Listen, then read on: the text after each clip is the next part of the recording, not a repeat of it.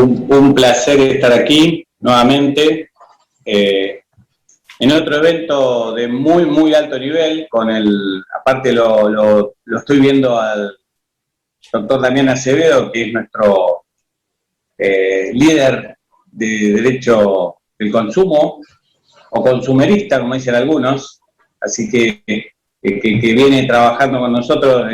Entró en un momento bastante extraño, que es casi al borde de la pandemia, a colaborar con nosotros en el instituto, y lo hemos dejado ahí solamente en la no presencialidad, así que, bueno, pero así todo, junto con Viviana Reineri, que también forma parte de las autoridades del instituto, agradezco la presencia de ustedes, y además la de Jorge, que Jorge Rossi, como ustedes sabrán, es también, además de un especialista en derecho civil, en contratos, sabe muchísimo de consumo, ha escrito y ha dado muchas charlas.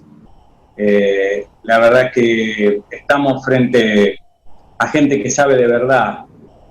Es más, después le voy a tener que consultar porque nunca me devolvieron los pasajes que tenía Mar del Plata en marzo del año pasado, así que he mandado de todo, y la próxima que voy a mandar es una paloma mensajera, porque no me quieren devolver la plata. Pero bueno, en casa de herrero, cuchillo de palo, así que voy a tener que ir a consultar a alguno de ustedes. Es una concurrencia numerosa y eso nos gratifica a nosotros como autoridades del colegio, nos hace pensar que el esfuerzo que se hace, que hacen los expositores, que hacen los organizadores, piensen que aunque parezca esto solamente un Zoom, publicitarlo, organizar las inscripciones, tener quien abra el Zoom, tener a la gente dispuesta a exponer, todo eso, que lo dije en escasas palabras y en escasos segundos, significa todo un esfuerzo que está muy aceitado por nuestro equipo, principalmente por el área académica, que está a cargo de Jorge en el área de comunicación y técnica, y por supuesto también a los miembros de los institutos, de todos los institutos, en este caso el de consumo, y por supuesto a toda la estructura que tenemos, que debo decirles que todavía sigue trabajando parcialmente presencial y muchos por teletrabajo. Empezamos este año creyendo que iba a haber pasado todo, y seguimos viendo que tenemos dificultades en el ejercicio profesional. Hemos trabajado con los tribunales laborales para que habiliten las audiencias de vista de causa, porque si esto no existe no va a haber nunca sentencia. Piensen en un juicio que tenía fijada la vista de causa para, por ejemplo, el 25 de marzo del año pasado, y tenía toda la prueba producida, solamente le faltaba la vista de causa. Hace ya un año que está esperando que le fijen su nueva vista de causa. Y esto se puede aplicar a tantas otras cuestiones que aún hoy siguen siendo pendientes, y que si bien tenemos el oído, la voluntad y el esfuerzo de la Asociación de Magistrados y Funcionarios del Morón y de muchos jueces que tienen ganas de resolver estas cuestiones, la verdad es que siempre tenemos el peso de la Corte, que dice en sus resoluciones una especie de ni o un so, que no es ni sí ni no, y que nos deja a veces sin los recursos, faltas de cámara, faltas de las famosas mamparas para evitar el contagio, falta, ¿no? Entonces, bueno, la venimos supliendo con mucho esfuerzo, colaborando entre las instituciones, y hemos logrado muchas cosas. El área de consumo, que viene reclamando hace mucho tiempo un fuero especial, tiene todavía en el área administrativa su mayor desarrollo. Bueno, seguramente los órganos administrativos dedicados a consumo han tenido las mismas dificultades que tuvieron la FIP, el ANSES, el IPS, que es gente no trabajando en presencialidad, demoras en los trámites administrativos, en fin. Y, por supuesto, las empresas utilizando muchas veces la pandemia para no cumplir, lo que siempre es más fácil que cumplir. Entonces, todo esto nos lleva a estar en una situación de total incertidumbre, y si encima nos ponemos a ver los noticieros o los diarios europeos, estamos esperando otra famosa nueva ola, que no es la nueva ola del Club del Clan, de la época de los famosos. Bueno, acá me miran algunos, por ejemplo, el doctor Acevedo, ¿de qué está hablando? Esta especie de prócer, no, que vino con San Martín, cruzó los Andes, ¿de dónde viene? Bueno, no, había un grupo de la nueva ola, que toda la nueva ola, ellos son todos viejos, y bueno, la nueva ola en este caso no es tan agradable como aquella, sino es más bien una nueva ola de contagios y de enfermedades, y ojalá no de más muertes. Entonces, frente a esa situación, estamos aquí parados, esperando, y lo único que sé de las olas, lo aprendí en el mar, que hay dos posibilidades, o pasarlas por abajo y sumergirse debajo de la ola, o tratar de surfearlas por arriba.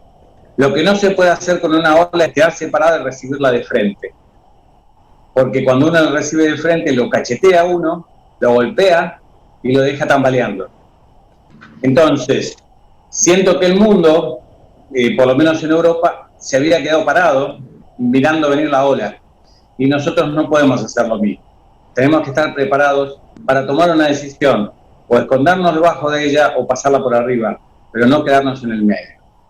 Y esto lo digo no tan metafóricamente, sino también con lo que pasa con las instituciones, todas que han quedado varadas, porque fueron golpeadas por la primera ola, y ahora están varadas en algún mar, alguna playa, tratando de ver si pueden volver a tomar empuje y a volver a su cauce natural. Bueno, nosotros los abogados sabemos de eso, porque como aquella canción que decía, en el diario no hablaban de mí, ¿sí? ¿Se acuerdan de esa canción? En el diario no hablaban de mí ni de ti. En el diario no hablan de nosotros. Cuando hablo de nosotros no hablo solo de los abogados. Hablo de la justicia, hablo de los entes autárquicos, hablo de los órganos administrativos, que lamentablemente en muchos casos tienen sus puertas literalmente cerradas. Entonces vamos a seguir golpeando esas puertas, vamos a seguir pidiendo medios electrónicos útiles y que realmente sean efectivos. Vamos a pedir que los turnos sean realmente turnos y no una promesa de que algún día te voy a atender. Y todo eso se va dando de a poquito gracias al esfuerzo de todos ustedes, que quiero agradecer. Nosotros los abogados sabemos de la paciencia, de la saliva y el esfuerzo que gastamos todos los días para tratar de lograr los objetivos que a veces parecen imposibles.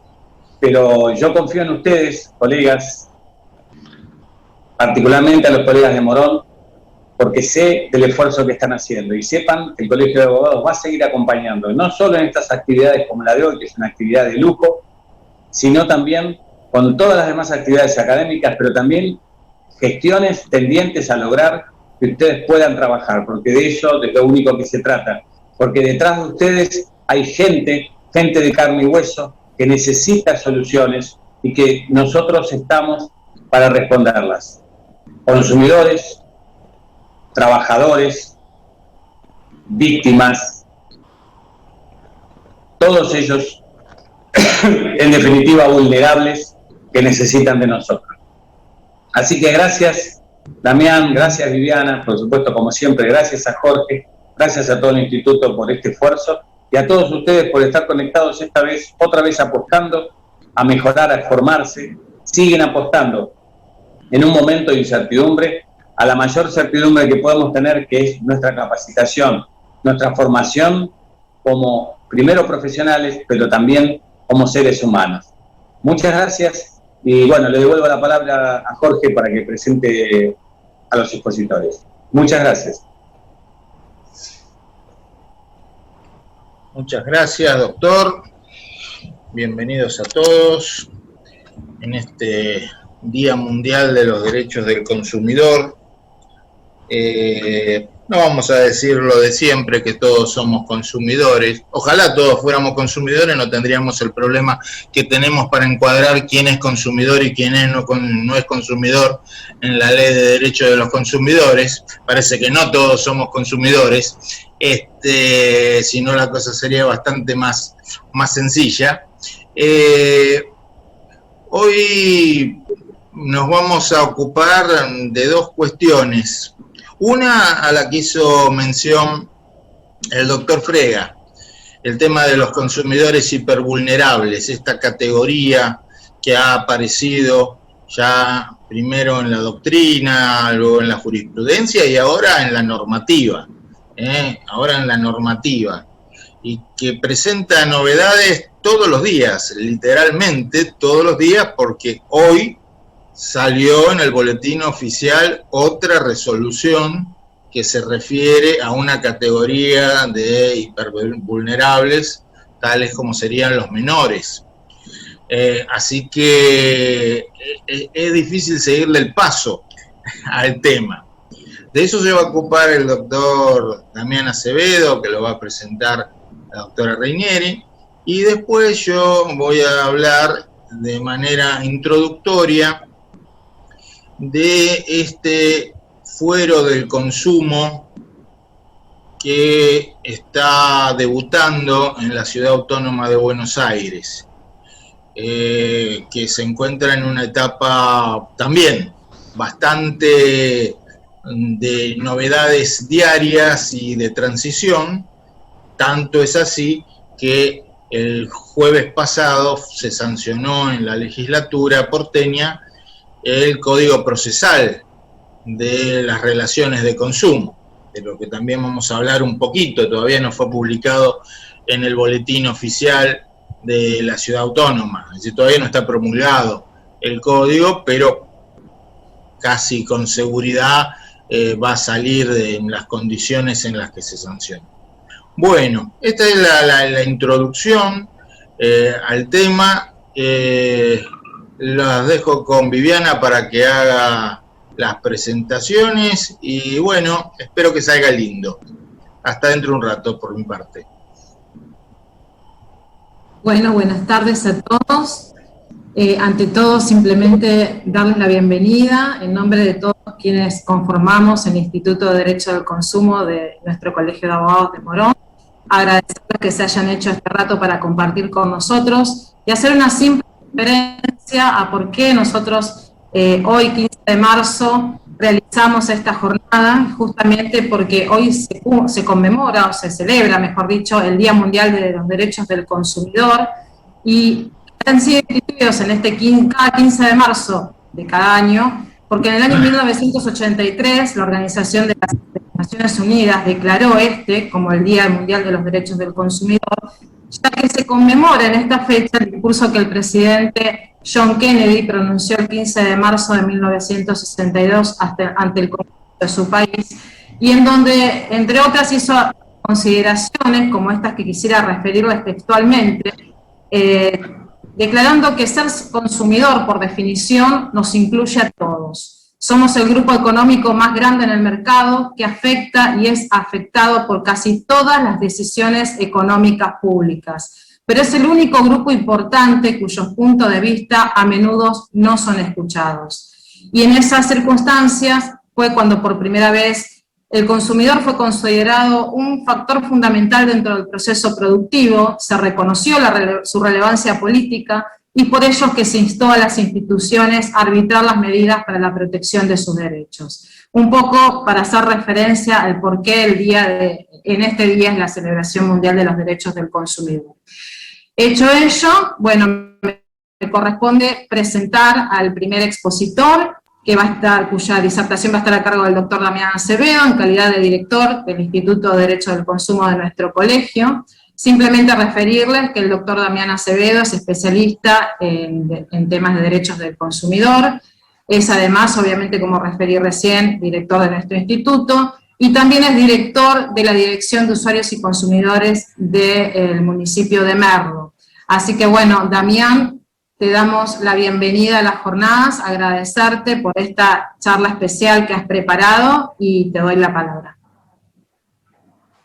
Bueno, muy buenas tardes a los colegas. Antes de comenzar, tengo una diapositiva para que podamos visualizar también algunas cuestiones. Quería agradecer, como siempre, al doctor Jorge Frega, por promover estos espacios de capacitación continua, y también al doctor Jorge Rossi, ya que, primero es un referente profesional importante en la materia, y siempre nos está incentivando y y promoviendo también, digamos, jornadas también para abrirlo a los demás colegas, así que bueno, quería hacer obviamente esos dos agradecimientos.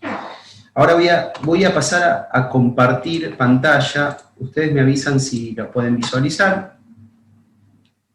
Vivi, te pido por favor que me confirmes si lo pueden ver. Se ve perfecto, y simplemente referirles algo que yo les estaba precisando a través del chat, que aquellos que quieran trasladar alguna inquietud o pregunta en relación a cada una de las disertaciones que se llevarán a cabo, pueden hacerlo por ese medio, y al final de la charla de cada uno de los expositores daremos un breve espacio para responderlas. Gracias. Cuando gustes, Damián. Bien. Hoy vamos a hablar de consumidores hipervulnerables, vamos a hablar de la fundamentación o fundamentos y finalidad, conceptualización, trato digno y equitativo, la resolución 139 del año 2020, procedimiento eficaz y expedito, la adhesión provincial de febrero de este año, 2021, y el rol de las oficinas municipales de información al consumidor en relación a los consumidores hipervulnerables. Bien. Antes de conceptualizar lo que significa un consumidor hipervulnerable, quería hablar de los fundamentos y la finalidad, fundamentos jurídicos y finalidades prácticas. La incorporación normativa de los consumidores hipervulnerables se da a través de una resolución, que es la resolución 139 del año 2020 de la Secretaría de Comercio Interior, publicada en el Boletín Oficial el 28 de mayo del 2020. Los fundamentos jurídicos están vinculados con el artículo 42 de la Constitución Nacional, que garantiza en el marco de las relaciones de consumo la protección de la salud, la seguridad e intereses económicos, información adecuada y veraz, la libertad de elección y a condiciones de trato digno y equitativa, debiendo a la autoridad promover la protección de estos derechos y establecer procedimientos eficaces para la prevención y solución de los conflictos. También se sustenta en el artículo 75, inciso 23 de la Constitución Nacional, que impone la necesidad de promover medidas de acción positiva que garanticen la igualdad real de oportunidades de trato y de goce y ejercicio de los derechos reconocidos, tanto en la Constitución Nacional como tratados internacionales. Después se agregan otros basamentos normativos que están vinculados con tratados internacionales, como la Convención sobre la eliminación de toda forma de discriminación contra la mujer, la Convención sobre los derechos del niño, la Convención sobre los derechos de las personas con discapacidad y la Convención Interamericana sobre protección de los derechos humanos de las personas mayores. Esto es un fragmento que establece los fundamentos de la ley que me parecieron importantes resaltar. El primero está vinculado con ¿qué es un hipervulnerable? Y la ley lo establece claramente. Después vamos a conceptualizarlo más adelante. Siendo consumidor, nacemos con una vulnerabilidad estructural en el mercado de consumos. Ahora bien, esta vulnerabilidad se va a sumar a otra situación de vulnerabilidad vinculada con la edad, con el género, con la condición física, nacionalidad, entre otras. Lo que va a obligar a establecer medidas de tutela diferenciadas sobre estos sujetos, sobre los hipervulnerables. Y también la normativa de hipervulnerabilidad se relaciona directamente con un momento temporal y una situación de emergencia en el país, producto del COVID, que puso en relieve la necesidad de establecer mecanismos específicos para consumidores hipervulnerables. Bueno, el artículo primero define lo que es un consumidor hipervulnerable, con doble vulnerabilidad o vulnerabilidad agravada, que son sinónimos. Manifiesta que son aquellos consumidores que sean personas humanas y que se encuentren en otra situación de vulnerabilidad en razón de su edad, género, estado físico o mental, o por circunstancias sociales, económicas, étnicas o culturales. En un sentido de pilares, tenemos que hablar de un consumidor, primera vulnerabilidad, segunda vulnerabilidad, que puede ser su edad, género, estado físico, circunstancias sociales, económicas, étnicas y culturales, y un tercer elemento que está vinculado con que esta segunda vulnerabilidad dificulte el ejercicio de los derechos como consumidor. El artículo primero también, además de hablar de personas humanas, habla de personas jurídicas, que pueden ser hipervulnerables. Tienen que ser personas jurídicas sin fines de lucro que oriente sus objetivos sociales a los colectivos comprendidos en el presente artículo. Más adelante, ahora en la diapositiva siguiente, vamos a hablar de este universo de posibles hipervulnerables. El artículo 2 de la norma hace una enumeración no taxativa, sino meramente enunciativa, de ciertas condiciones que pueden constituir hipervulnerabilidad en un consumidor. La primera de ellas, vinculadas con reclamos que involucren derechos o intereses de niños, niñas y adolescentes. Y ahí me voy a lo que estaba hablando el doctor Jorge Rossi, que justo, bueno, hoy también me avisó, entre otros colegas. En el día de hoy, la fecha en realidad es del 11 de marzo del 2020, la Secretaría de Comercio Interior saca la resolución 236 del año 2021, donde establece la participación activa en los procesos, ya sea en el inicio, en la instancia conciliatoria y en el cierre, de adolescentes, o sea, de personas físicas entre 13 y 17 años. También enumera, dentro de las condiciones que pueden constituirse hipervulnerabilidad, estar dentro del colectivo LGBT, ser mayores de 70 años, personas con discapacidad, personas migrantes o turistas, comunidades de pueblos originarios, ruralistas, residentes en barrios populares. También habla de una situación de vulnerabilidad socioeconómica, obviamente dice que acreditado, y habla de jubilados, pensionados o trabajadores en relación de dependencia, con una remuneración bruta menor o igual a 2 salarios mínimos vital y móvil, que es digamos, la base monetaria que establecen todos los supuestos, monotributistas, pensiones no contributivas, aquellos que sean beneficiarios de la asignación por embarazo o asignación universal por hijo, régimen monotributista social, aquellos que se encuentran dentro del régimen especial de servicio doméstico, aquellos que perciban seguros de desempleo y titulares de pensiones vitalicias de veteranos de guerra del Atlántico Sur. Esto es, digamos, es una enumeración que podría entrar dentro de la línea de consumidores hipervulnerables. No quiere decir que todos ellos lo sean, ¿se entiende? El artículo 3º, lo que es la resolución 139/2020, establecer una autoridad de aplicación, que es la Secretaría de Acción para la Defensa de los y las Consumidores, dependiente de la Secretaría de Comercio Interior, y establece una serie de deberes a la autoridad de aplicación, vinculados por la orientación y acompañamiento de la interposición de reclamos, identificar de oficio reclamos realizados por ellos, articular la intervención del servicio de patrocinio gratuito, promover el dictado de medidas preventivas, proponer acciones de educación y de eliminación de barreras de acceso, promover buenas prácticas comerciales en materia de atención, trato y protección de los consumidores hipervulnerables. Un ejemplo de barreras de acceso tiene que ver con el sistema, cuando un sistema para introducir un reclamo es solamente mediante un medio, por ejemplo un medio web. Lo hablábamos antes de iniciar la charla.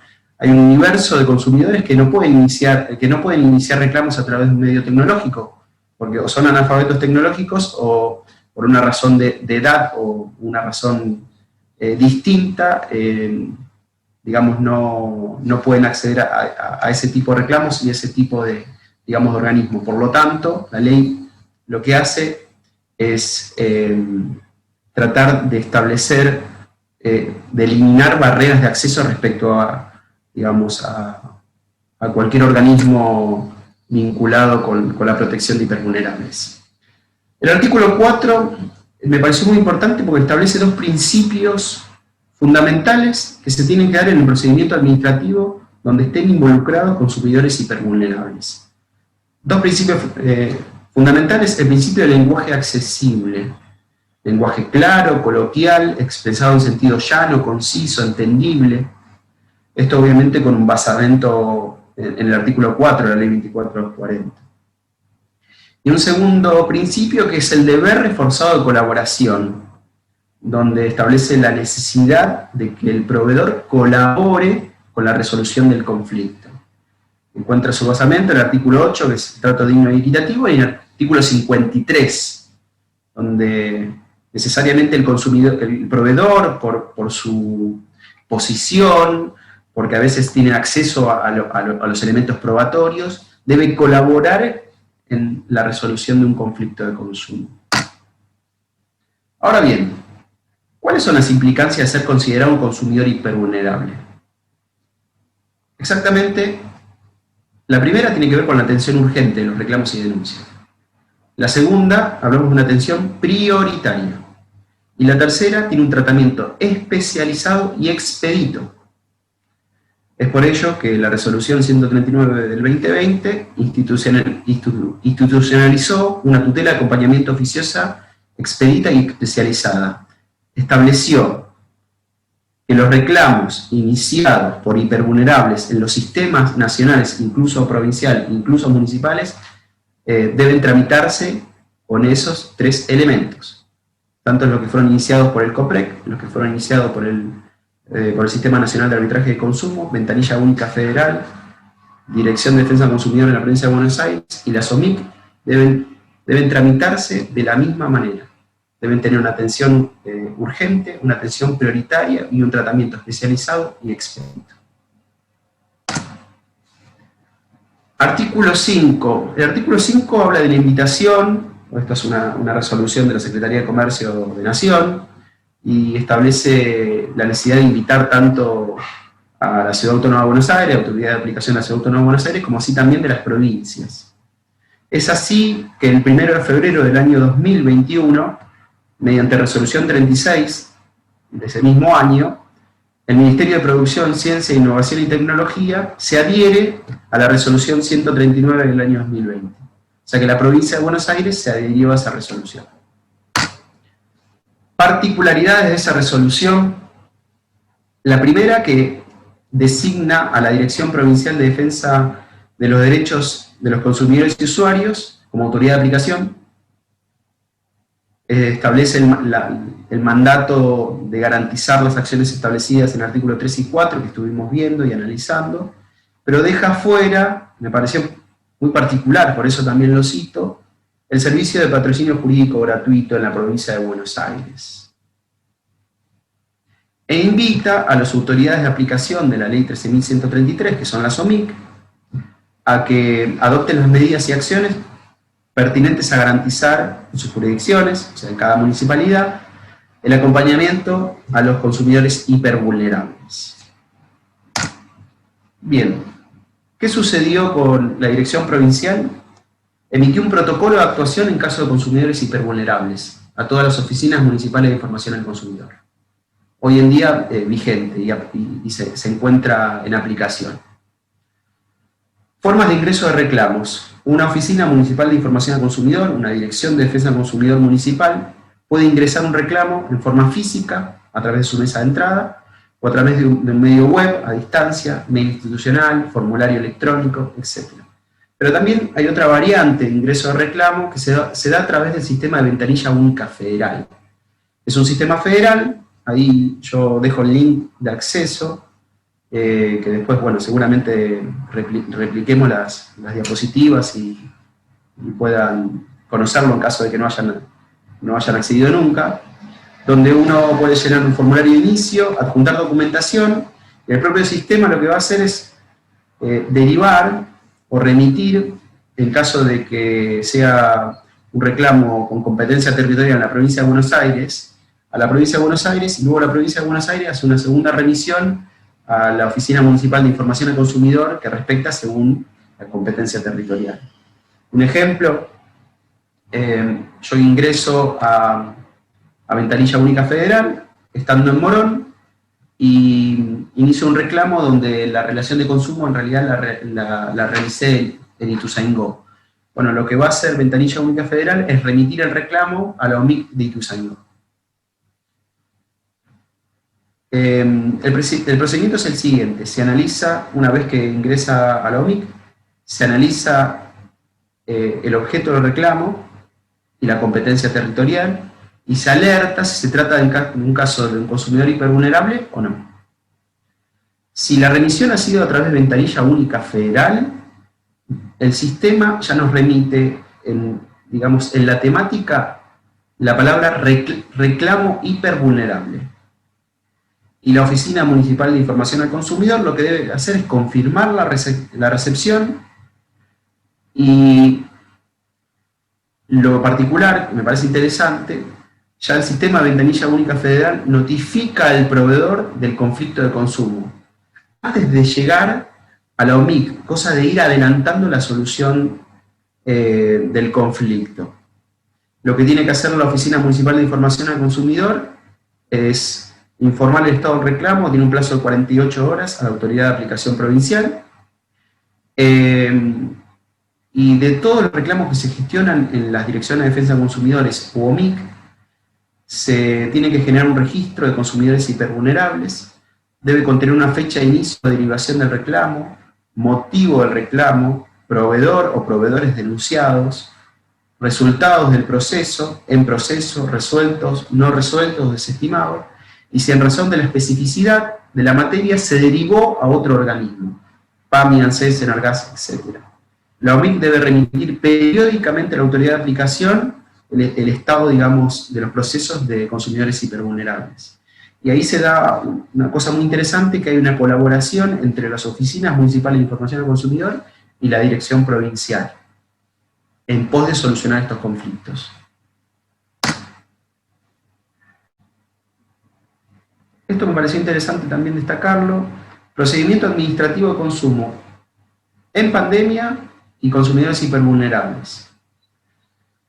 La atención personal, a ver, hoy la mayoría de las OMIC ya tienen atención personalizada. Eso implica la incorporación de un lenguaje accesible. En cuanto a la identificación del consumidor hipervulnerable, obviamente se recaba la información, se establece un criterio de mesa de entrada de escucha activa, sin entrar en aspectos vinculados con información sensible. Y se ingresan reclamos con una particularidad que tiene que ver con señalizar que el mismo entra dentro de los parámetros de la resolución 139 del año 2020. Una vez que entra, digamos, en instancia administrativa, se anoticia inmediatamente o se notifica inmediatamente al proveedor requerido. Se establece, obviamente, la necesidad de aplicación de criterio de colaboración reforzado, y se le va a comunicar también las características del reclamo y la necesidad de una respuesta inmediata. En etapa conciliatoria hoy se dan dos supuestos. Hay algunas oficinas municipales de información al consumidor que no tienen instancia presencial de audiencias, por lo tanto se realizan traslados a distancia, siempre con la particularidad, digamos, de señalar que se trata de consumidores hipervulnerables. Y en caso de oficinas municipales con audiencias presenciales, obviamente se le ha efectuado una capacitación a los conciliadores respecto a introducir lenguajes más claros, coloquial, en sentido más llano. Y bueno, en algunas situaciones, dependiendo de la complejidad de estos reclamos, hay que hacer remisiones a otros organismos, como hablamos antes. En cuanto a la etapa sancionatoria, también se habla de que la autoimputación debe ser de alguna forma entendido por el consumidor o usuario, y bueno, la resolución administrativa condenatoria obviamente va a ser agravada teniendo en cuenta el incumplimiento a un derecho de un consumidor hipervulnerable. Para finalizar, no lo introduje en ninguna filmina, pero quería destacarlo. Dentro de los proyectos de códigos de defensa del consumidor que hoy se tramitan, hoy hay dos proyectos que están en Cámara de Diputados y un proyecto en senadores. Este último introduce en su artículo 3º la conceptualización de consumidores hipervulnerables, o sea que le da una relevancia también significativa, y digamos, y principalmente establece, se los leo porque me parece interesante, que el principio de protección del consumidor se acentúa tratándose de colectivos sociales hipervulnerables. En tales supuestos, en el marco de las relaciones de consumo, la educación, la salud, la información, el trato equitativo y digno, y la seguridad deben ser especialmente garantizados, estableciendo criterios, digamos, especiales en la defensa de los consumidores hipervulnerables. Bueno, muchas gracias. Nosotros, bueno, nos juntamos dentro del Instituto de Consumo los días martes, primero y tercer martes de cada mes, así que también los invitamos a formar parte del Instituto de Consumo. Este es el mail del instituto, donde en caso de querer adquirir alguna información o alguna duda o lo que necesiten en relación a consumo, pueden ingresar y lo contestamos enseguida. Hoy estamos haciendo un sistema de mails para que poder notificar también el tema de las reuniones periódicas, así que bueno, este mail está muy activo, así que quien quiera consultar cualquier cosa al instituto lo puede hacer por ese medio. Bueno, Damián, gracias por tu exposición, como siempre, muy claro. Desde el chat, el doctor Jorge Rossi ha precisado cuál es el link de acceso a Ventanilla Única Federal, y bueno, como les dijimos a todos aquellos que quieran expresar alguna inquietud o alguna consulta respecto a lo que nos ha explicado el doctor Damián Acevedo, pueden hacerlo a través del chat. Mientras tanto, bueno, le voy a dar paso al doctor Jorge Rossi, sin antes decir que el doctor Jorge Rossi es doctor en Ciencias Jurídicas por la Universidad de Morón, abogado egresado de la Universidad de Buenos Aires, profesor titular de las materias Teoría General de las Obligaciones y Régimen Jurídico de los Consumidores y Usuarios en la Universidad Abierta Interamericana, es árbitro del consumo en el Sistema Nacional de Arbitraje de Consumo, y obviamente es coordinador académico de la Fundación de Ciencias Jurídicas y Sociales del Colegio de Abogados de la provincia de Buenos Aires y coordinador académico de nuestro Colegio de Abogados de Morón, un gran especialista en temas de derechos del consumo, entre otros, tal cual lo ha referido el doctor Jorge Frega en la presentación, y por supuesto un amigo de la casa. Así que Jorge, además de instruirnos a todos en lo que es investigación jurídica y en tantas otras cuestiones. Jorge, te doy la palabra cuando gustes. Bueno, muchas gracias. ¿Se me escucha bien? Hágame algo así con el dedo si me escucha bien. Creo que sí, por lo menos hace. Perfecto. Bárbaro.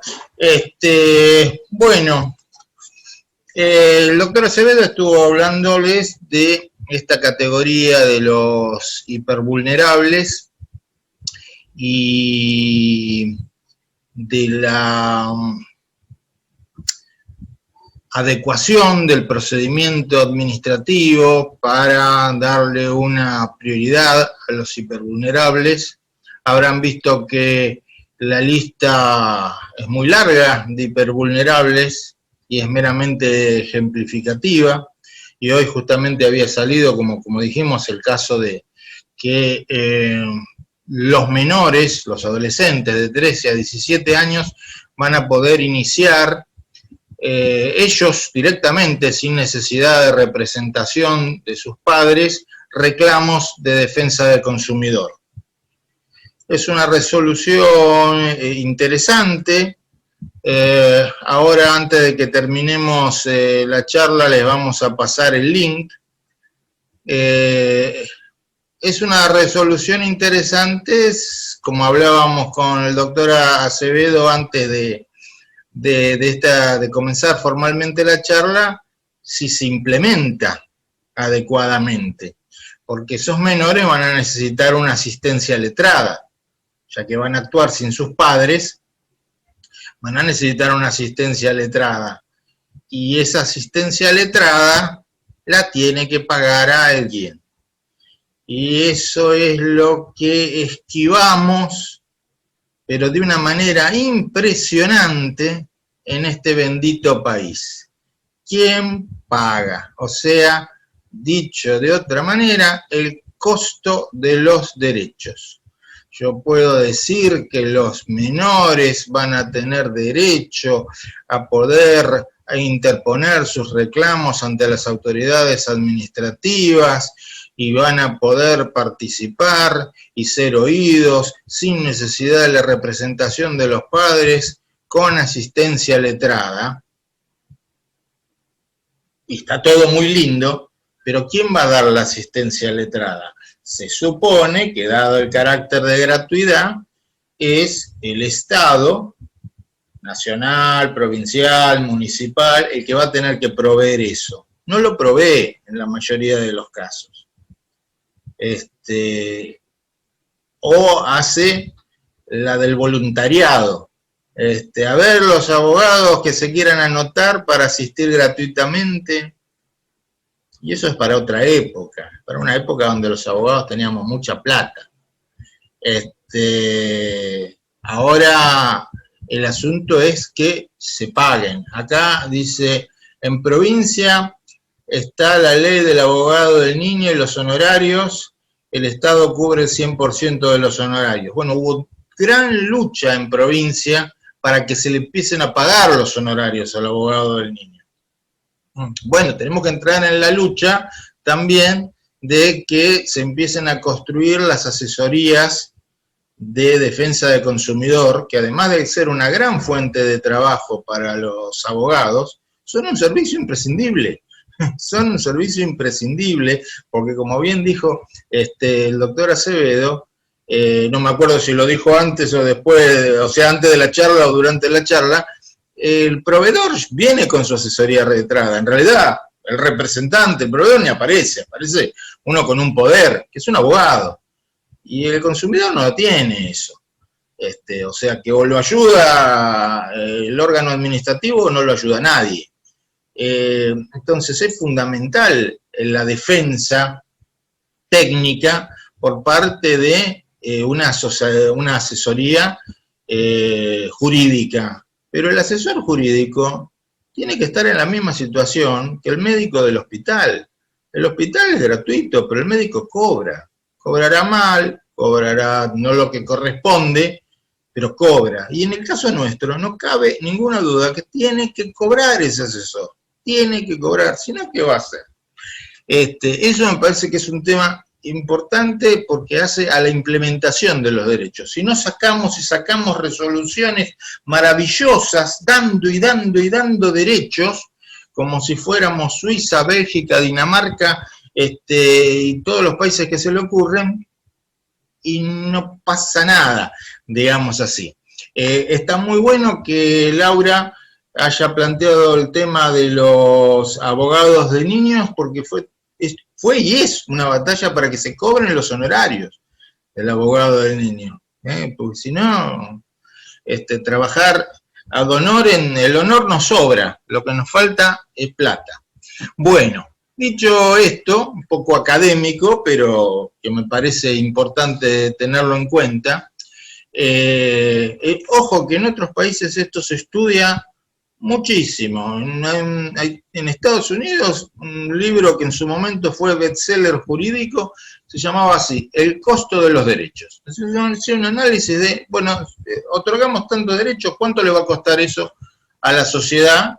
Porque el Estado no regala plata, el Estado esa plata la saca de algún lado. Eso acá no se discute, no se habla. Bueno, voy a compartir pantalla yo también, si la tecnología me permite. Yo creo que sí, porque últimamente me he hecho bastante amigo de la tecnología.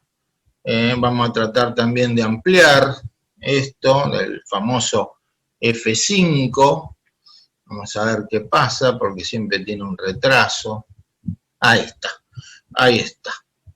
Más, ni quiere la pantalla inicial el sistema mío, ya pasa directamente a la segunda pantalla.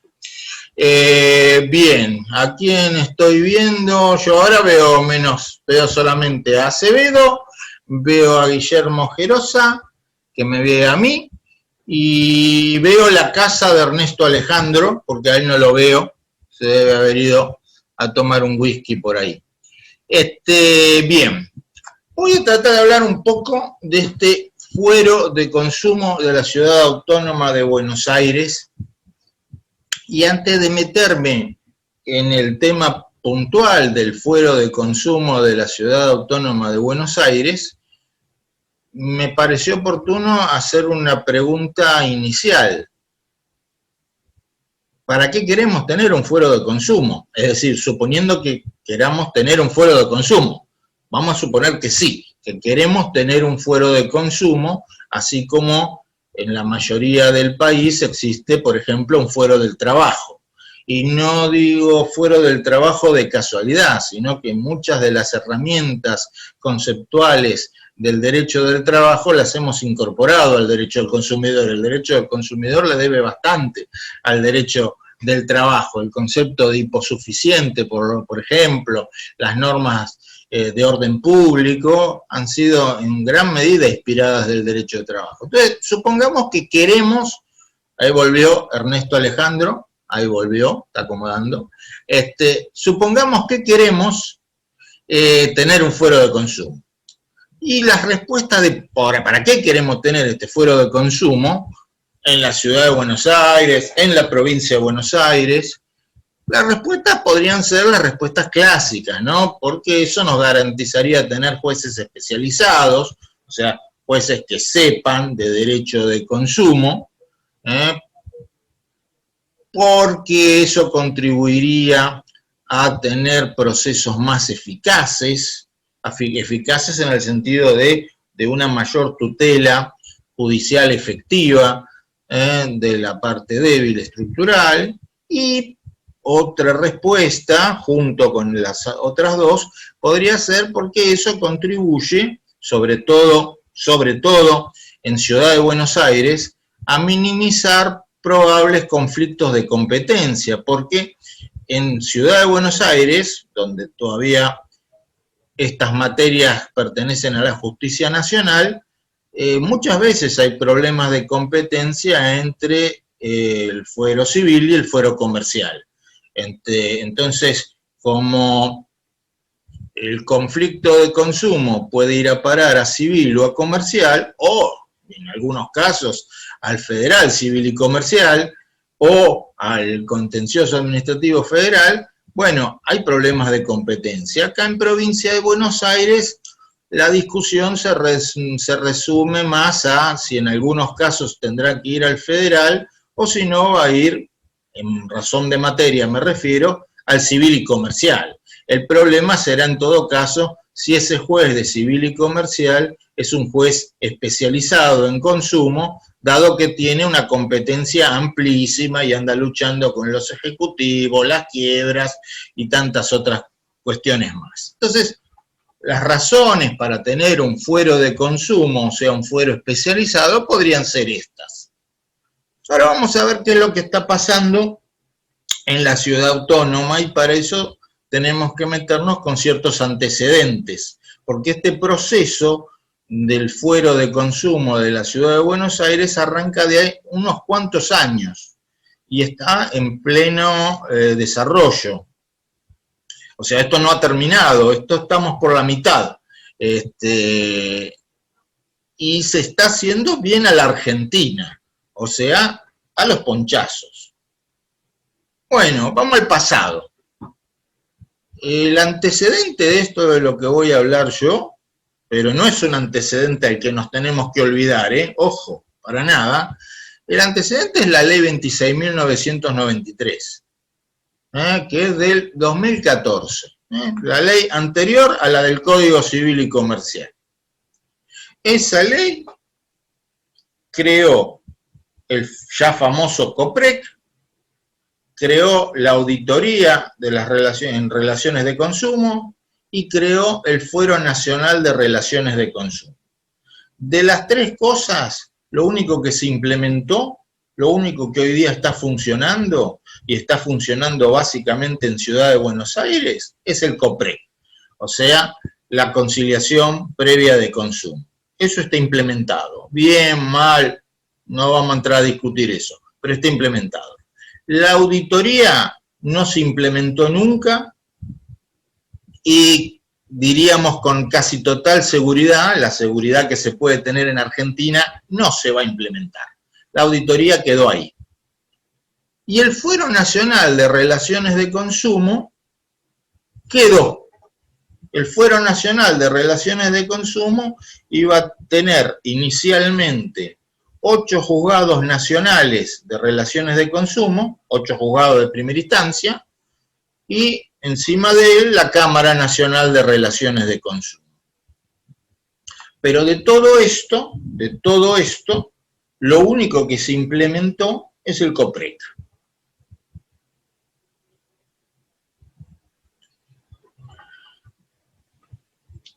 Esta justicia nacional en las relaciones de consumo, creada por esta ley 26.993, que no se derogó, está vigente, esta justicia nacional en las relaciones de consumo era o es un tanto engañosa en su denominación. ¿Por qué? Porque no abarca todos los conflictos de consumo, sino que sería competente esta justicia nacional en las relaciones de consumo en aquellas causas de consumo en las cuales el monto de la demanda al tiempo de iniciar la acción no supere el valor equivalente a 55 salarios mínimos vitales y móviles. O sea, la idea era,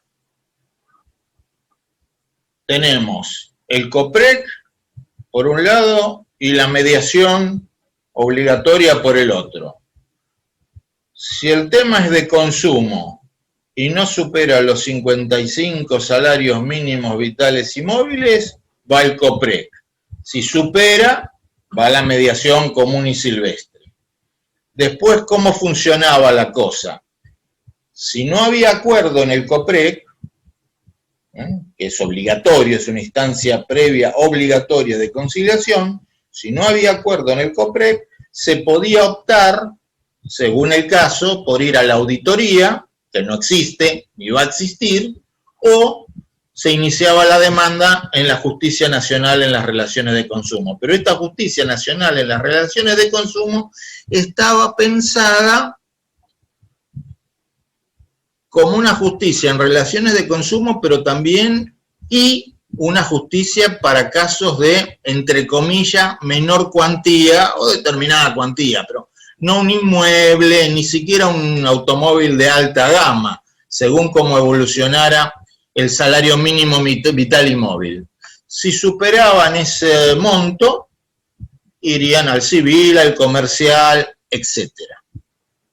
Todo esto quedó en el aire, en un limbo, y en el medio de todo eso se continuó con un tema que ya venía desde antes, en realidad que viene desde el nuevo estatus de la ciudad de Buenos Aires, desde la reforma del 94, porque los argentinos, si queremos arrastrar problemas, somos mandados a hacer. Desde la reforma del 94 se está discutiendo ¿qué cosa? La transferencia de competencias de la Justicia Nacional a Ciudad de Buenos Aires, cosa de que la Justicia Nacional quede básicamente básicamente una justicia federal. Y, entre otras cosas, la Justicia Nacional en lo civil y la Justicia Nacional en lo comercial se transfieran íntegramente a la Ciudad de Buenos Aires. ¿Por qué? Porque así como en Provincia de Buenos Aires, para hacer un divorcio o para pedir una quiebra, no tenemos por qué ir a la Justicia Nacional, la misma lógica se aplica o se aplicaría en materia de ciudad autónoma que tiene un estatus equivalente al de una provincia. Pero, como ustedes saben, hay toda una serie de intereses económicos, corporativos y de los que se les puede ocurrir que han ido entorpeciendo esta transferencia. Entre otras cosas, los jueces nacionales no quieren dejar de ser jueces nacionales. Una cosa es ser juez nacional, otra cosa es ser juez de la ciudad de Buenos Aires. No es lo mismo, ¿viste? Y después hay temas que tienen que ver con sueldos, con transferencia de recursos, etcétera, etcétera, etcétera, como todos ustedes saben. Así que se han ido firmando algunos acuerdos de transferencia para justamente transferirle la competencia comercial y nacional y civil de Nación a Ciudad de Buenos Aires.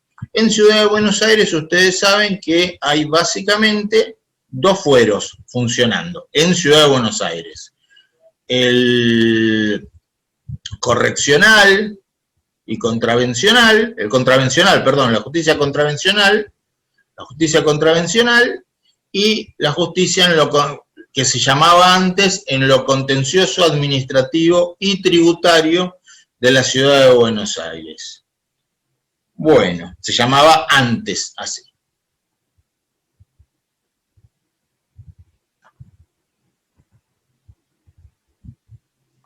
Ahora voy a volver a esta ley 26.993. Hoy estamos en un periodo de transición. Tenemos una ley de la Ciudad de Buenos Aires que cambia la denominación del fuero, que pasa a llamarse Fuero Contencioso Administrativo Tributario de las Relaciones de Consumo. Eso es lo de menos. Y además, esa ley establece que 6 juzgados de primera instancia, el fuero tiene 24 juzgados, 6 juzgados van a tener competencia en relaciones de consumo. Una competencia muy particular porque se van a ir rotando los 24 juzgados.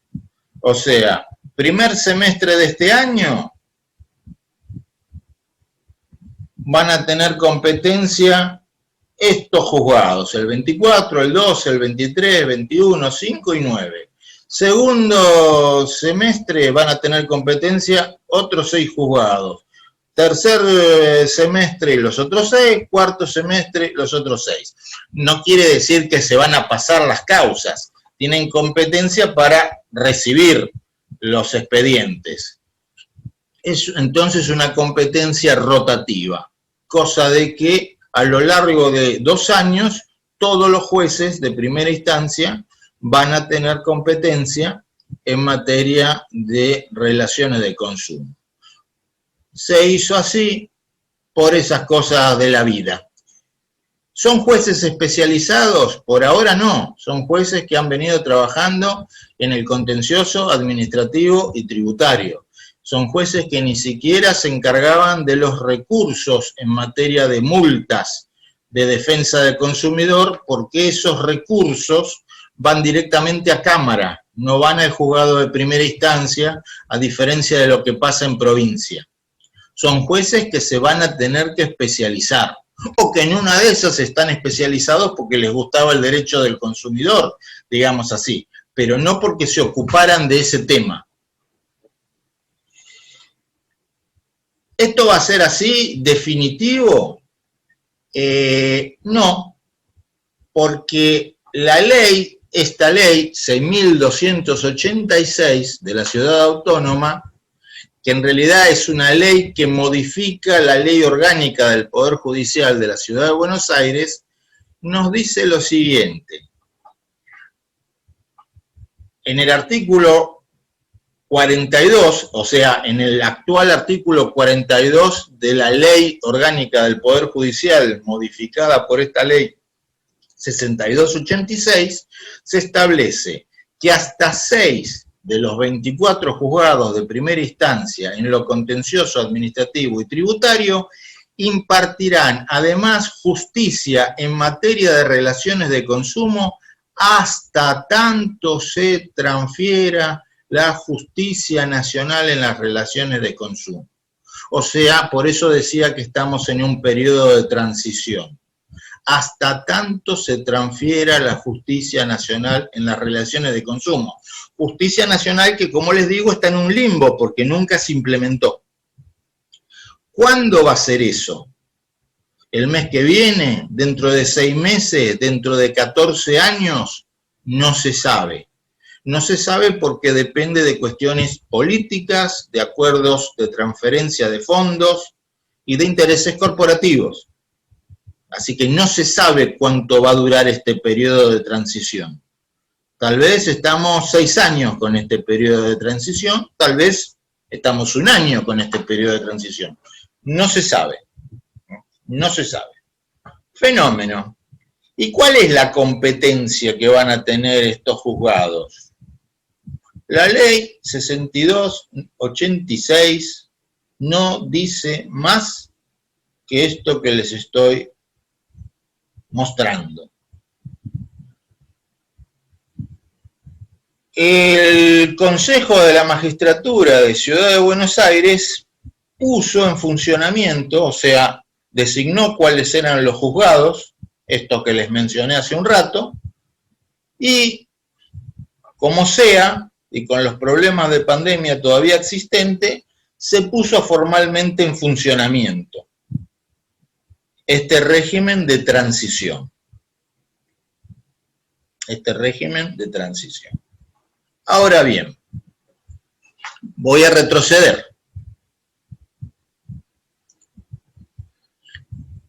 Según la ley 26.993, la de la justicia de las relaciones de consumo, se establecía un tipo de proceso que se caracteriza por la oralidad. Si ustedes se fijan en el artículo 53 de la ley 26.993, le va a decir que básicamente se trata de concentrar todo el proceso en una audiencia oral, donde se produzca la prueba, es como una vista de causa, digamos así, y inclusive ingenuamente se establece que el juez puede dictar sentencia en el mismo acto de la audiencia o, en todo caso, diferir la fundamentación hasta 5 días después, y solo si la complejidad de la causa lo exigiera, podrá posponer el dictado de la sentencia, la que pronunciará dentro de los 5 días. O sea, la Justicia Nacional de las Relaciones de Consumo estaba pensado como un fuero donde el proceso fuera fundamentalmente oral y el dictado de sentencia en plazos muy breves, o sea, en la misma audiencia o a lo sumo 5 días después. Bueno. Sigo. A todo esto, y en el medio de todo esto, pero no por casualidad,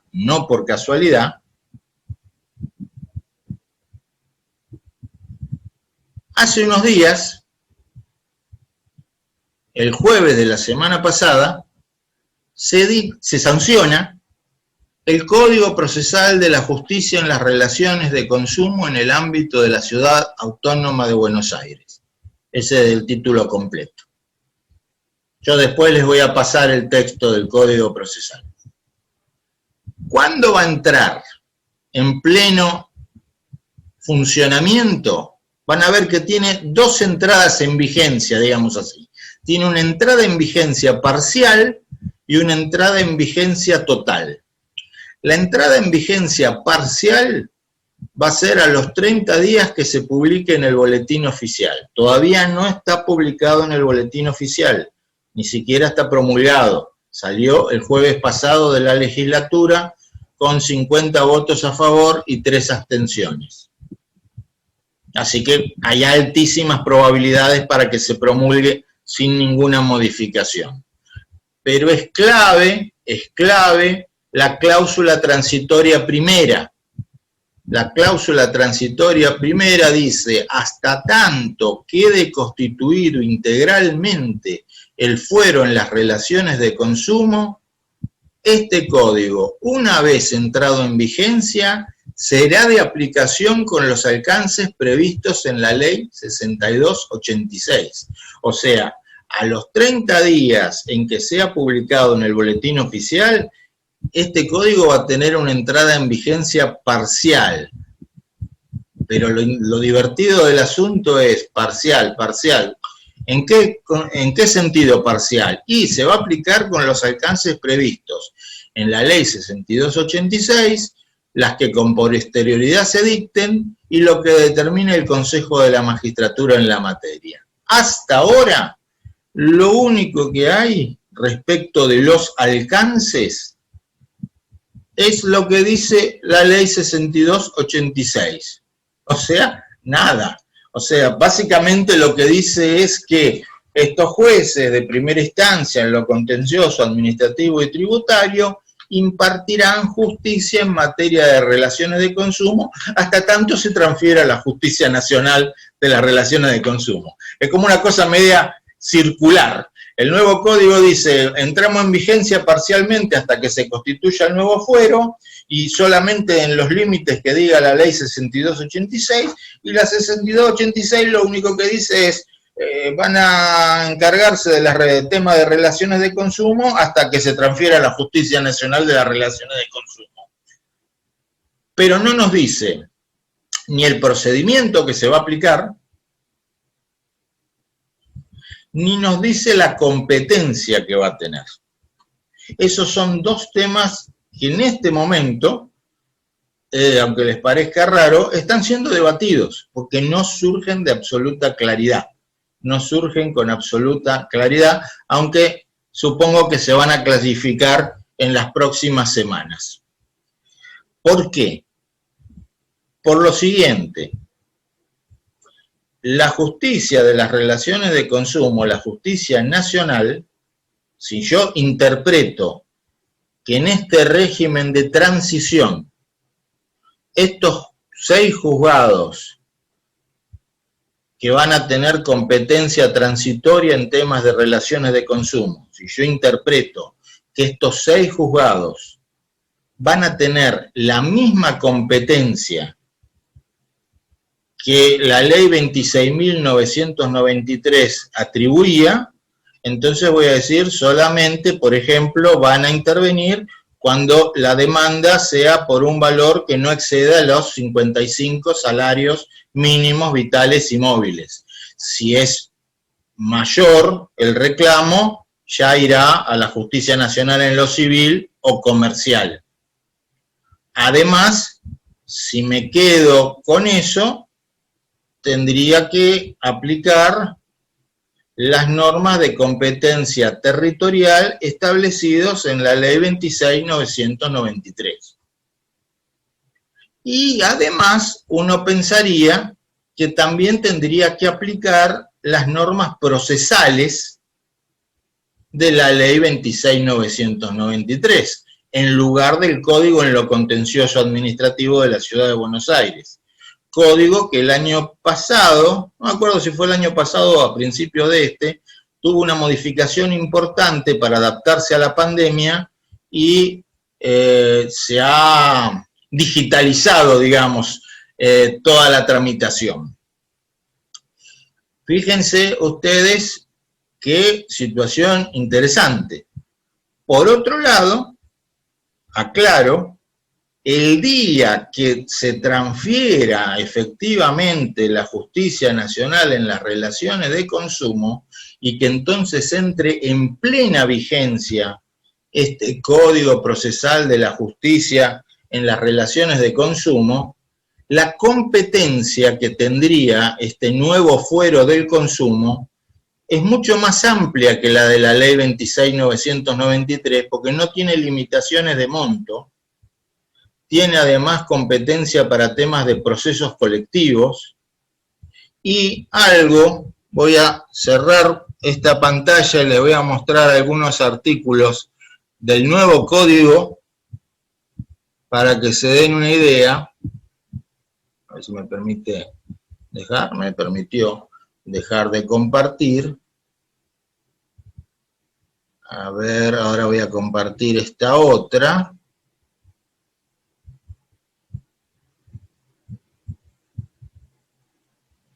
Acá está. Acá está. Este es el código. El código que ha sido sancionado hace poquitos días, que tiene una serie de cláusulas transitorias, algunas de las cuales les acabo de mencionar. Me interesa, más allá de los primeros artículos, que vean muy brevemente La competencia que va a tener el día que efectivamente funcione a pleno, insisto, lo que hay en la actualidad es un régimen de transición, este fuero de las relaciones de consumo. Va a tener competencia, tanto que el actor sea consumidor o proveedor. O sea, el actor puede ser consumidor o proveedor. Si quien inicia es el consumidor, es competente, va a ser competente este nuevo fuero cuando la Ciudad Autónoma de Buenos Aires sea indistintamente el lugar de celebración del contrato, el lugar del cumplimiento de la prestación del servicio, el lugar de la entrega de bienes, el lugar de cumplimiento de la obligación de garantía, el domicilio del consumidor, el domicilio del demandado o el lugar donde el consumidor realice actos necesarios para la celebración o ejecución del contrato. Se darán cuenta ustedes, esta competencia es más amplia que la que preveía, desde el punto de vista territorial, más amplia que la que preveía la ley 26.993.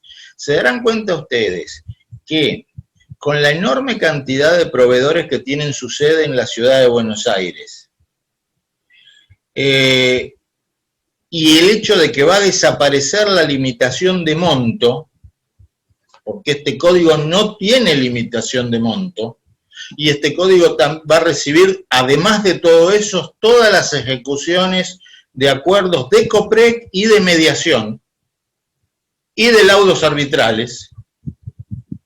Se darán cuenta la cantidad de causas que va a terminar manejando este fuero.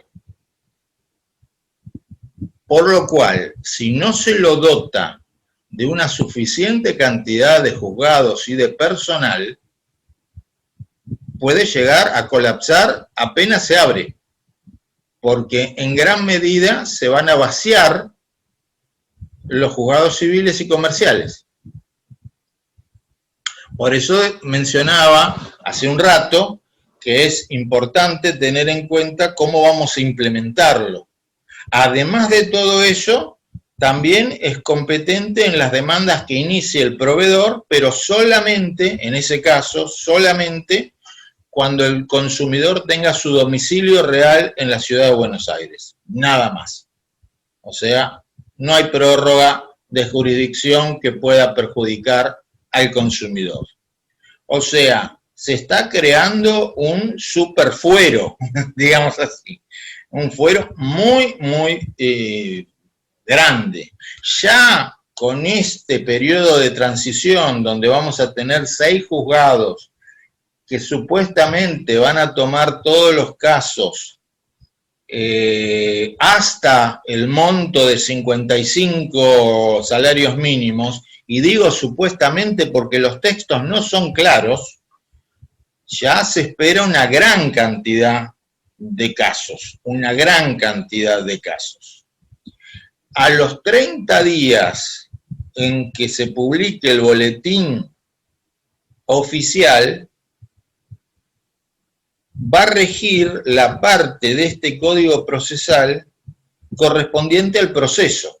O sea, va a quedar claro que no se va a aplicar ni el código en lo contencioso administrativo, ni las disposiciones procesales de la ley 26.993. Hasta tanto no se cumpla ese plazo, vamos a estar en un pequeño limbo, digamos así, pero estamos en marzo, calculo que se promulgará en abril, y entrará en vigencia parcial, como les digo, entrará en vigencia parcial en mayo. Fue este código procesal. Vigencia parcial. Lo que va a llegar, imagínense ustedes, a todas unas discusiones hermosas, porque no es que este código dice, a partir de los 30 días de entrada en vigencia de publicado en el boletín oficial, entrarán en vigencia los artículos tal, tal, tal y tal. No dice eso. Dice que entrará en vigencia en los alcances de la ley 6.286 y después le tira la pelota al Consejo de la Magistratura de la Ciudad para que trate de acomodar los tantos. Así que en la práctica dependemos de lo que vaya resolviendo el Consejo de la Magistratura, que es el que va a ir más o menos, esperamos, acomodando cómo se va a ir aplicando este código procesal del fuero del consumo de la ciudad de Buenos Aires. Entonces, nos encontramos en la actualidad en una situación muy divertida, por decirlo así, con un periodo de transición que no sabemos hasta cuándo dura y un nuevo fuero que está empezando a funcionar con jueces que en todo caso no fueron elegidos como especialistas en consumo. Tal vez lo son por sus conocimientos, pero no fueron elegidos por esa razón. He tratado de ser, voy a dejar de compartir pantalla, he tratado de ser lo más claro posible dentro de lo confuso que es esta situación. Todo el proceso va a tramitar, esa es la idea, en forma digitalizada. Ciudad de Buenos Aires se encuentra en este momento en todo un proceso de digitalización de expedientes, un acelerado proceso de digitalización de expedientes. Por lo tanto, los abogados vamos a encontrarnos con la siguiente situación.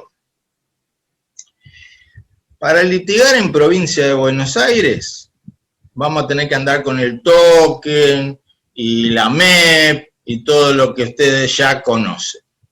Para litigar en el Poder Judicial Nacional, bueno, con el sistema del Poder Judicial Nacional cuando no se cae, digamos así, ¿no? Con el sistema que tiene el del Poder Judicial Nacional, que es distinto del sistema que tiene provincia. Y para litigar en Ciudad de Buenos Aires es otro el sistema. Se llama EJE, Expediente Judicial Electrónico. Hay que darse de alta como usuario y tiene sus particularidades. O sea, vamos a tener 3 sistemas distintos, como para volvernos un poco más locos de lo que estamos, también con distintos plazos procesales, etc. Entonces vamos a tener que acostumbrarnos a hablar más. Algunos que litigan en el contencioso administrativo y tributario ya lo conocerán, si no, los demás se van a tener, tributario de la Ciudad de Buenos Aires me refiero, si no, nos vamos a tener que acostumbrar cada vez más a esta palabrita, EJE, Expediente Judicial Electrónico, y cómo darse de alta. Yo ahora les voy a pasar una página, la página para consulta y también para darse de alta, lo que sería un equivalente a la MEB de provincia de Buenos Aires, qué sé yo, sí, podríamos llamarlo así. Y ustedes van a ver entonces que, bueno, vamos a tener que volver a hacer algunos cursos para saber cómo funciona el sistema porteño, ¿no? Porque ya que conocíamos el sistema nacional, ahora vamos a conocer también el sistema porteño. Bueno, he tratado de ser más o menos claro. Acá les voy a pasar por el chat la MEP de provincia de Buenos Aires, por decirlo así, la MEP de provincia de Buenos Aires. Esperen que se los copio en el chat. Acá está, cuando entren van a ver que pueden buscar expedientes, y también si se dan de alta podrán después operar en el sistema. Van a ver que arriba a la derecha tiene un sistema de alta de usuario, y después ya pueden ingresar con usuario y contraseña. Salvo que hayan cambiado, hay una parte del trámite, tal vez lo cambiaron, eso no estoy seguro, pero hay una parte había una parte del trámite para darse de alta que es presencial. Tal vez se cambió, pero había una parte que era presencial, había que ir a certificar que uno era uno y después le daban el alta. Tal vez en estos días o en estas semanas se hizo. Acá Laura dice, me parece que el lugar de la entrega de bienes y actos de celebración del contrato, en los contratos a distancia va a tener muchos casos de cuestiones de competencia entre el nuevo sistema de CABA y el resto de jurisdicciones. Bueno, ya que Laura planteó esto, vamos a aprovechar, si me aguantan un minuto, a ver algo que nos puede ayudar un poquito a resolver ese tema, un poquito, porque tampoco milagros no hay, que es en el Código Civil y Comercial.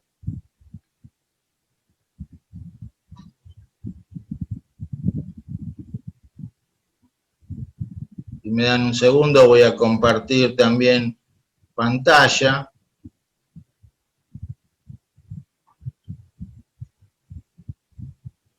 O sea, la mente es más rápida que... A ver acá, es. Porque se me abren un montón de pantallitas, acá está.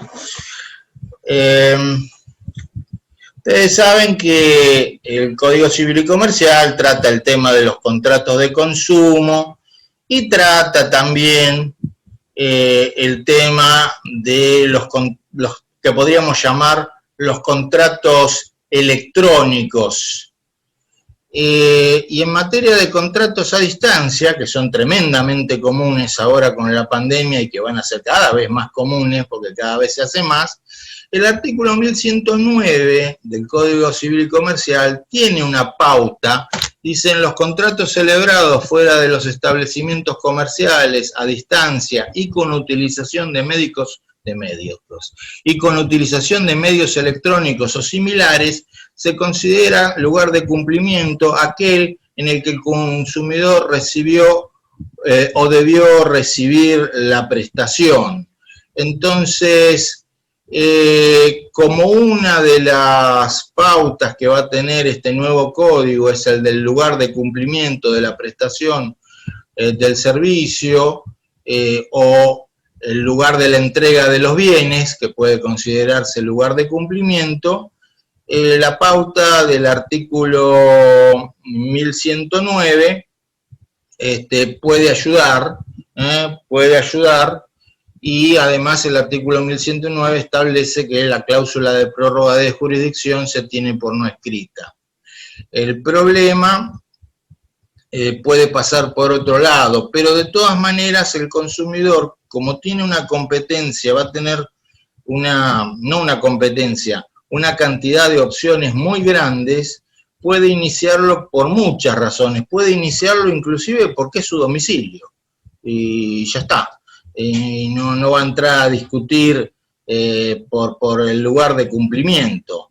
En realidad es muy amplia la cantidad de opciones que tiene el consumidor. Vuelvo a insistir, va a poder iniciar una vez que el código esté plenamente vigente, indistintamente, siempre que la ciudad autónoma sea lugar de celebración, lugar de cumplimiento de la prestación del servicio, lugar de la entrega de bienes, lugar de cumplimiento de la obligación de garantía, que es todo un tema para analizar, o que sea el domicilio del consumidor, o que sea el domicilio del demandado, o donde el consumidor realice actos necesarios para la celebración o ejecución del contrato. Amplísimo. El tema es si después el fuero va a estar a la altura para recibir la cantidad de demandas que entiendo que va a terminar recibiendo. Digamos, a mí me parece excelente que se le ofrezcan al consumidor todas esas posibilidades, porque lo ayuda a elegir el territorio donde mejor pueda litigar, donde le resulte más económico litigar, o eventualmente no litigar en el territorio donde más le resulte económico litigar, sino donde considere que pueda ejecutarse posteriormente mejor la sentencia. O sea que le da una gran cantidad de posibilidades. Veremos si después, insisto, el fuero va a estar a la altura, ¿no? Porque insistimos, ¿qué es lo que buscamos? Buscamos procedimientos eficaces, no 5 años para discutir por el televisor. Esa sería básicamente la cuestión. Esta pregunta la contesté, pensé que Laura Mowell la había hecho a todos, pero en realidad me la hizo en privado. Dice, entiendo que en los contratos de transporte aéreo seguirá interviniendo la justicia federal, y sí, va a seguir interviniendo la justicia federal con toda esta disquisición que tenemos hoy día, donde hay una auténtica partición del contrato de transporte aéreo. Porque si vos tenés un problema que está en la esfera de que hubo una publicidad engañosa o que hubo una falta de deber de información, se lo considera que no tiene que ver con el transporte aéreo propiamente dicho y que es competente la justicia ordinaria, y hay jurisprudencia al respecto. En cambio, si tiene que ver específicamente con el transporte aéreo, ahí sí sería competente la justicia federal.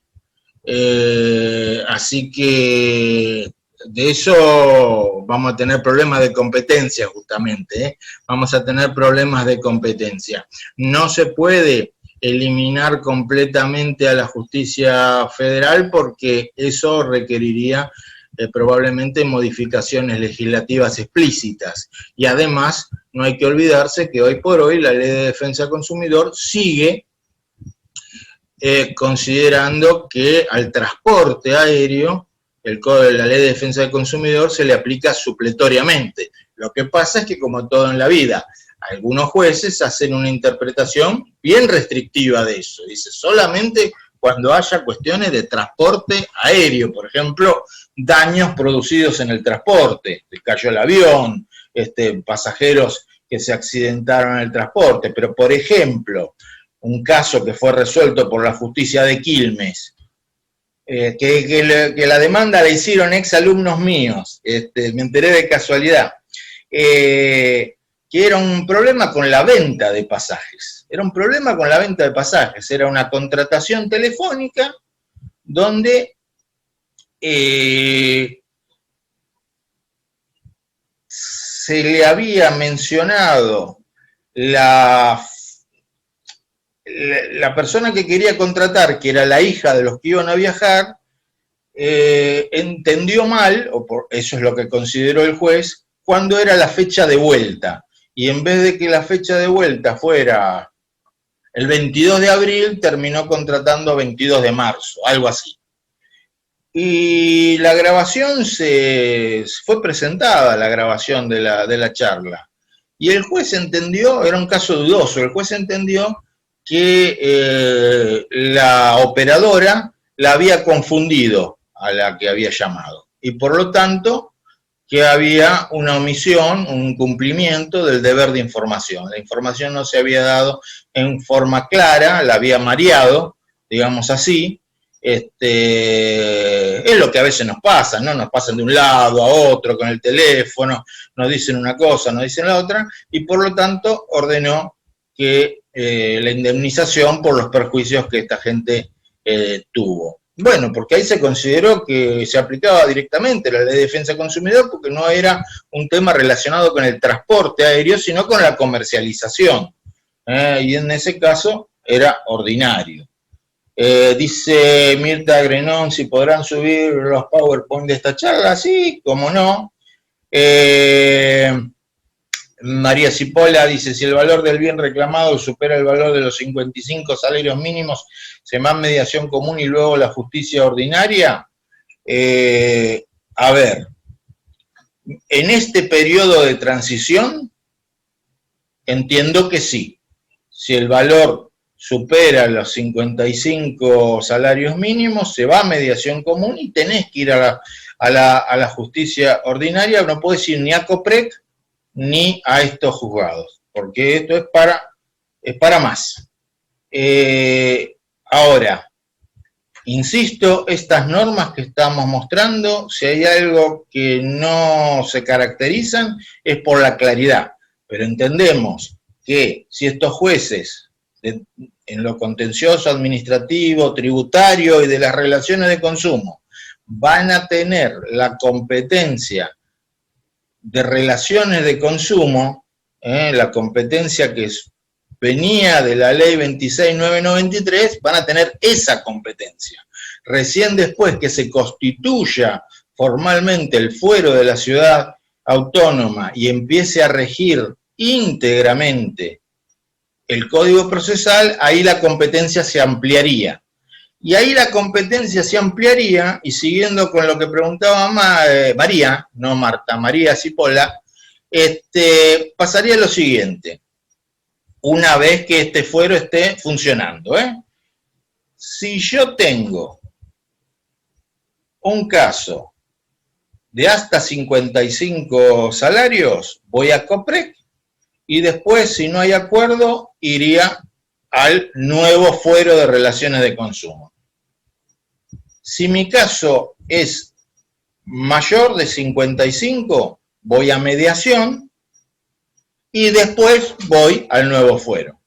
Y hasta podría pasar una tercera cosa, y es que se cree en el ámbito de la ciudad un equivalente al COPREC, que también está previsto en el Código Procesal. Y entonces no iría a COPREC, iría a, qué sé yo, conciliación previa cava, digamos así. Y el COPREC quedaría más vaciado, digamos. Bueno, son las cosas de una legislación a los ponchazos. La 26.993 salió, quedó así, toda retorcida, funcionando en una tercera parte, y bueno, ahora se van creando, y bueno, hay intereses también de crear nuevos órganos, nuevos juzgados, nuevos cargos, nuevos sueldos, digamos, no seamos ingenuos, también hay todo un correteo por ese lado, no es que es simplemente amor a los consumidores lo que transita en toda esta discusión que ya tiene 7 años y que no sabemos cuándo va a terminar. Acá Ana dice, hola, tuve un caso donde los perjudicados tuvieron que quedarse un día más en el lugar de destino ya que se les pospuso el vuelo, se reclamaron los gastos que ellos realizaron, la aerolínea acordó un monto de lo pedido. Lo menciono debido a que eso generalmente no se reconoce. Digamos, muchos de estos temas se resuelven por acuerdos extrajudiciales extrajudiciales o en el ámbito del proceso administrativo o en el ámbito de los tribunales arbitrales de consumo. Por razones de confidencialidad yo no puedo hacer nombres en materia de tribunales de consumo, pero sí les puedo decir que en muchos casos el laudo es un laudo homologatorio del acuerdo. Yo les diría que en el 90% de los casos el laudo arbitral es un laudo homologatorio del acuerdo. Se consiguen acuerdos porque muchas veces el consumidor hace un cálculo que me parece absolutamente razonable. Me ofrecen esto ahora contra hacer un juicio de resultado incierto. O sea, lo voy a ganar y muy probablemente lo voy a ganar, pero todos sabemos que con ganar no alcanza. Ganar en todo caso es el primer paso, después hay que cobrar. Y después hay que ver qué es lo que nos dijo el juez. Sí, terrible todo, ¿y cuánto sacaste? Y capital 15.000 pesos después de 4 años de juicio. Y le aplico intereses y todo, y después le tengo que pagar al abogado, que come también, y que esto, que el otro, y ¿cuánto me quedó limpio? 25.000 pesos después de 3 años de juicio. O 50.000 pesos después de 3 años de juicio. O 100.000 pesos después de 3 años de juicio.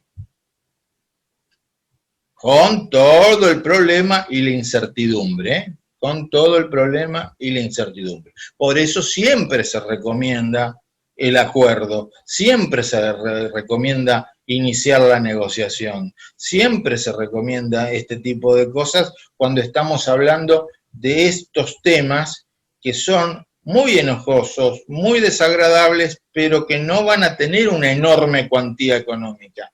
Porque esta persona, por ejemplo, para tomar el caso que mencionaba Ana Silvia, se tuvieron que quedar un día más en el lugar de destino. Que puede parecer a lo lejos una pavada, o puede ser muy problemático, en el sentido de que no tenían dónde alojarse, entonces la aerolínea les tiene que poner un lugar, pero hay que trasladar valijas, tenían cosas que hacer en su lugar de destino. Si hay algo que no tenemos los seres humanos es tiempo. Entonces la gente se toma a veces la vacación y al otro día tiene que empezar a trabajar. Y se tuvo que quedar un día más. Y todo eso es muy enojoso, pero hablando en plata no le va a representar 3 millones de pesos. Le van a dar algo los jueces como daño moral. Y le va a lo sumo el daño material, los gastos que ha tenido. El daño moral le van a tirar unos pesos a los jueces después de 3 años de litigar, y de daño punitivo en una de esas le dan 10.000 pesos y se ponen a llorar. Entonces siempre hay que iniciar la instancia de conciliación y tratar de lograr un acuerdo en este tipo de cuestiones. Bueno, sí, respecto al tema, hubo problemas con Despegar, hubo problemas con la gran mayoría de las empresas de turismo. A ver, en la pandemia hubo problemas con las empresas de turismo y hubo problemas en general, porque algunos proveedores se adecuaron muy mal a la pandemia y adoptaron tácticas como estas: no atender por teléfono, retasear información. Por supuesto, son las peores tácticas porque a la larga terminan resultándoles costosas, pero le implica al consumidor un desgaste feroz, un desgaste terrible. Si hay algo en lo que los abogados vamos a tener que ir especializándonos es en prueba electrónica. Por esto que venimos hablando ahora en este chat, porque cada vez nos van a aparecer más clientes que han contratado online, por decirlo así, que han contratado electrónicamente. Y lo que tienen son, a lo sumo, mails, WhatsApp, hicieron clic en una pantalla, y entonces vamos a tener que volver a recordar eso que estudiamos en la facultad y adaptarlo a la actualidad. Que ahora lo que estudiamos en la facultad como principio de prueba por escrito, ahora se llama principio de prueba instrumental, y abarca no solamente los escritos, sino los archivos de texto, de imagen, de video.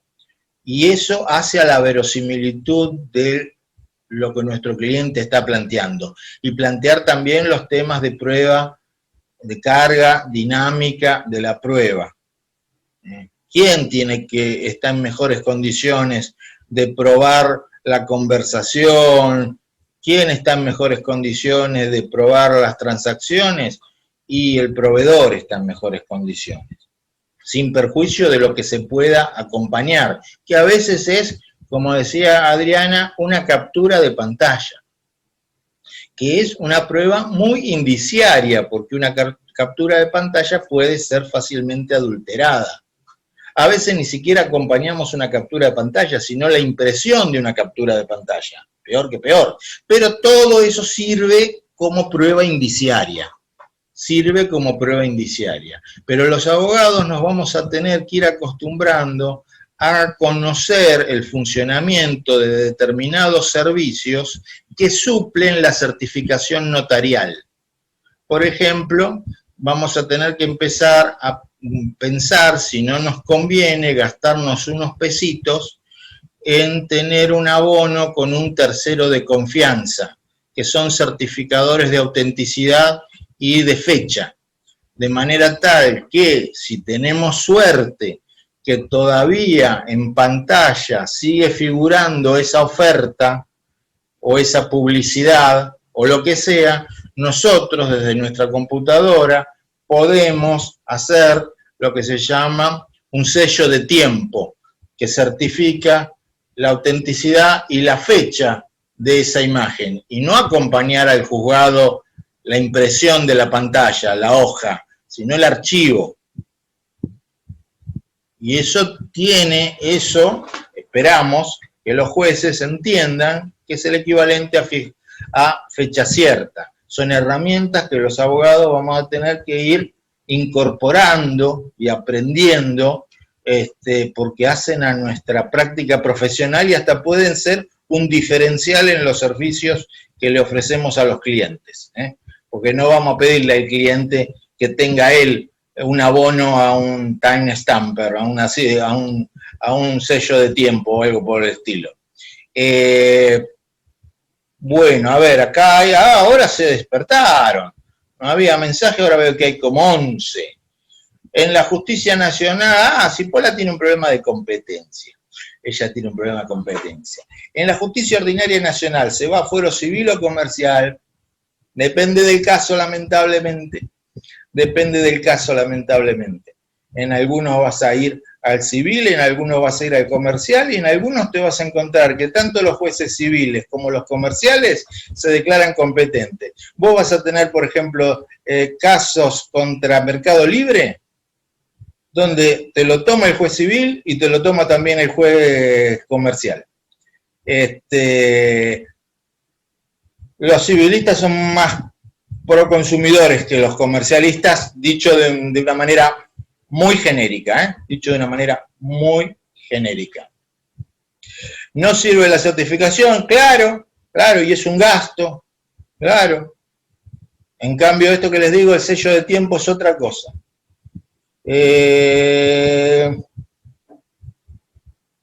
Domicilio especial electrónico, dice Laura, a ver, no me quiero saltear. El PRIN sirve pero para referencia, por supuesto. El PRIN sirve pero para referencia. Sí, en el certificado notarial el escribano da fe de lo que ve, pero no puede decir más. ¿No? Ya que los escribanos tratan de sacarnos trabajo, hagamos un poco de concientización de las cosas, la prueba que pueden efectivamente dar o no.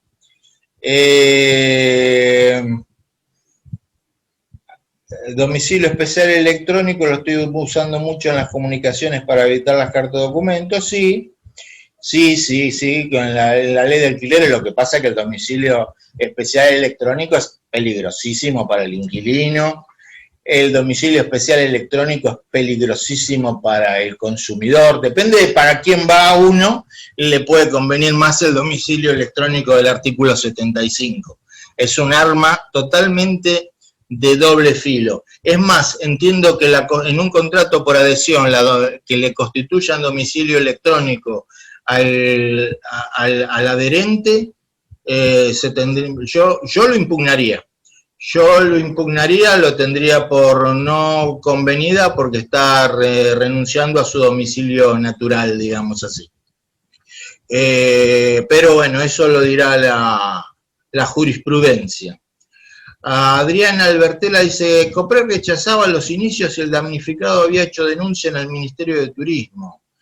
Bueno, eso tiene que ver, entiendo yo, tiene que ver con la redacción esta de la ley de salvataje de las empresas de turismo, que trató de tirar toda la aplicación al Ministerio de Turismo. Norma que a mí me parece de dudosa constitucionalidad. Pero bueno, a veces no pasa solamente en el COPREG, pasa también en muchas OMIC, no la del doctor Acevedo, por favor. La del doctor Acevedo no, pero en muchas OMIC el criterio es sacate el caso de encima. Sacate el caso de encima, que se vaya. Adiós. Utiliza una cláusula de reciprocidad, Laura. Bueno, vamos a ver qué dice la jurisprudencia. Este artículo 75 también es una belleza. Modificaron la ley de alquileres y ya que estamos, modificaron la parte general del Código Civil y tiraron un artículo que es aplicable a todos los contratos, no solo al contrato de alquileres. Pero bueno, son esas cositas que hacemos en la Argentina. ¿Qué horas son? 18. Bueno, gente, veo que al último se entusiasmaron y entraron a alargar algunas preguntas y algunas reflexiones. Espero les haya resultado interesante esto que intentamos hacer en este día. Hoy se iba a presentar el cuarto proyecto de Código de Protección de los Consumidores y Consumidoras. Se iba a presentar en un acto en la Cámara de Diputados. Hubo problemas de agenda con algunos legisladores, no se presentó. Bueno, se presentará algún día de algún año. Ese es un cuarto proyecto que veremos, trataremos en su momento. El PowerPoint sí lo vamos a poner dentro de unos días, la grabación también la vamos a poner dentro de unos días, y lo que vamos a hacer en lo que nos queda del año, que nos queda un montón, cuando esté más evolucionado este tema del que estuve hablando yo, ya vamos a dar una charla más específica sobre cómo iniciar en este fuero, en lo contencioso tributario y de las relaciones de consumo, cómo darse de alta en el eje y cómo iniciar, y esperemos ya tener un poquito más claro el panorama de lo procesal. Bueno, doctora Reinieri, si quiere hacer su despedida, doctor Acevedo, si quiere hacer su despedida, nos dan las gracias, nos besan, qué lindo. Ah, no, es María que nos da las gracias y nos besa. No, Mirta también. Bueno, de mi parte, agradecer tanto, al doctor Frega, que siempre nos acompaña en todas nuestras iniciativas y nos motiva para seguir trabajando permanentemente en el crecimiento en cuanto a capacitación y a generar estos espacios de intercambios que siempre son tan ricos. Y agradecerles al doctor Damián Acevedo por su brillante exposición y al doctor Jorge Rossi especialmente, que siempre nos ilustra no solamente con sus conocimientos, sino con sus experiencias, con sus anécdotas, con sus visiones respecto a nuestra temática y que son siempre muy útiles. Así que un agradecimiento especial a los dos y a todos los que han compartido este espacio, que se han hecho, como dije al principio, este ratito para acompañarnos en este día tan especial, y esperemos poder seguir trabajando en este tema que nos apasiona tanto y que realmente representa un universo muy importante en cuanto a posibilidades de trabajo para nosotros los abogados, por eso los motivamos a que sigan capacitándose en estos temas. De mi parte, muchísimas gracias, los esperamos en nuestros próximos encuentros. Damián. Bien. Bueno, yo también agradecerles a todos por la presencia, como dije al principio, al doctor Frega, al doctor Jorge Rossi, que también, como también nombré, es un referente a la materia, y la verdad que yo podría estar ahora escuchándolo. A la doctora Viviana Reinieri, que es mi compañera de instituto, y que invitarlos, como hice antes, al instituto, a que formen parte. Nos estamos juntando 2 veces por mes, los primeros y tercer martes de cada mes. En el mail que yo publiqué pueden poner sus contactos telefónicos y lo incluimos en el grupo general, así que desde ya agradecerles la presencia y entendemos que a la brevedad tendremos algún otro encuentro para hablar de alguna otra temática de materia de consumo, que es algo que nos apasiona. Vamos a hablar de consumo y medio ambiente. Bueno, ya van a ver. Y medio ambiente. Muy bien, gente. Seguramente que sí, ya tendremos oportunidad de por el aguante, apláudanos a nosotros porque somos simpáticos y lindos, y a tomar la leche. No, me despido con el famoso 3, 2, 1 y nos vamos, gente. Muchas gracias a todos.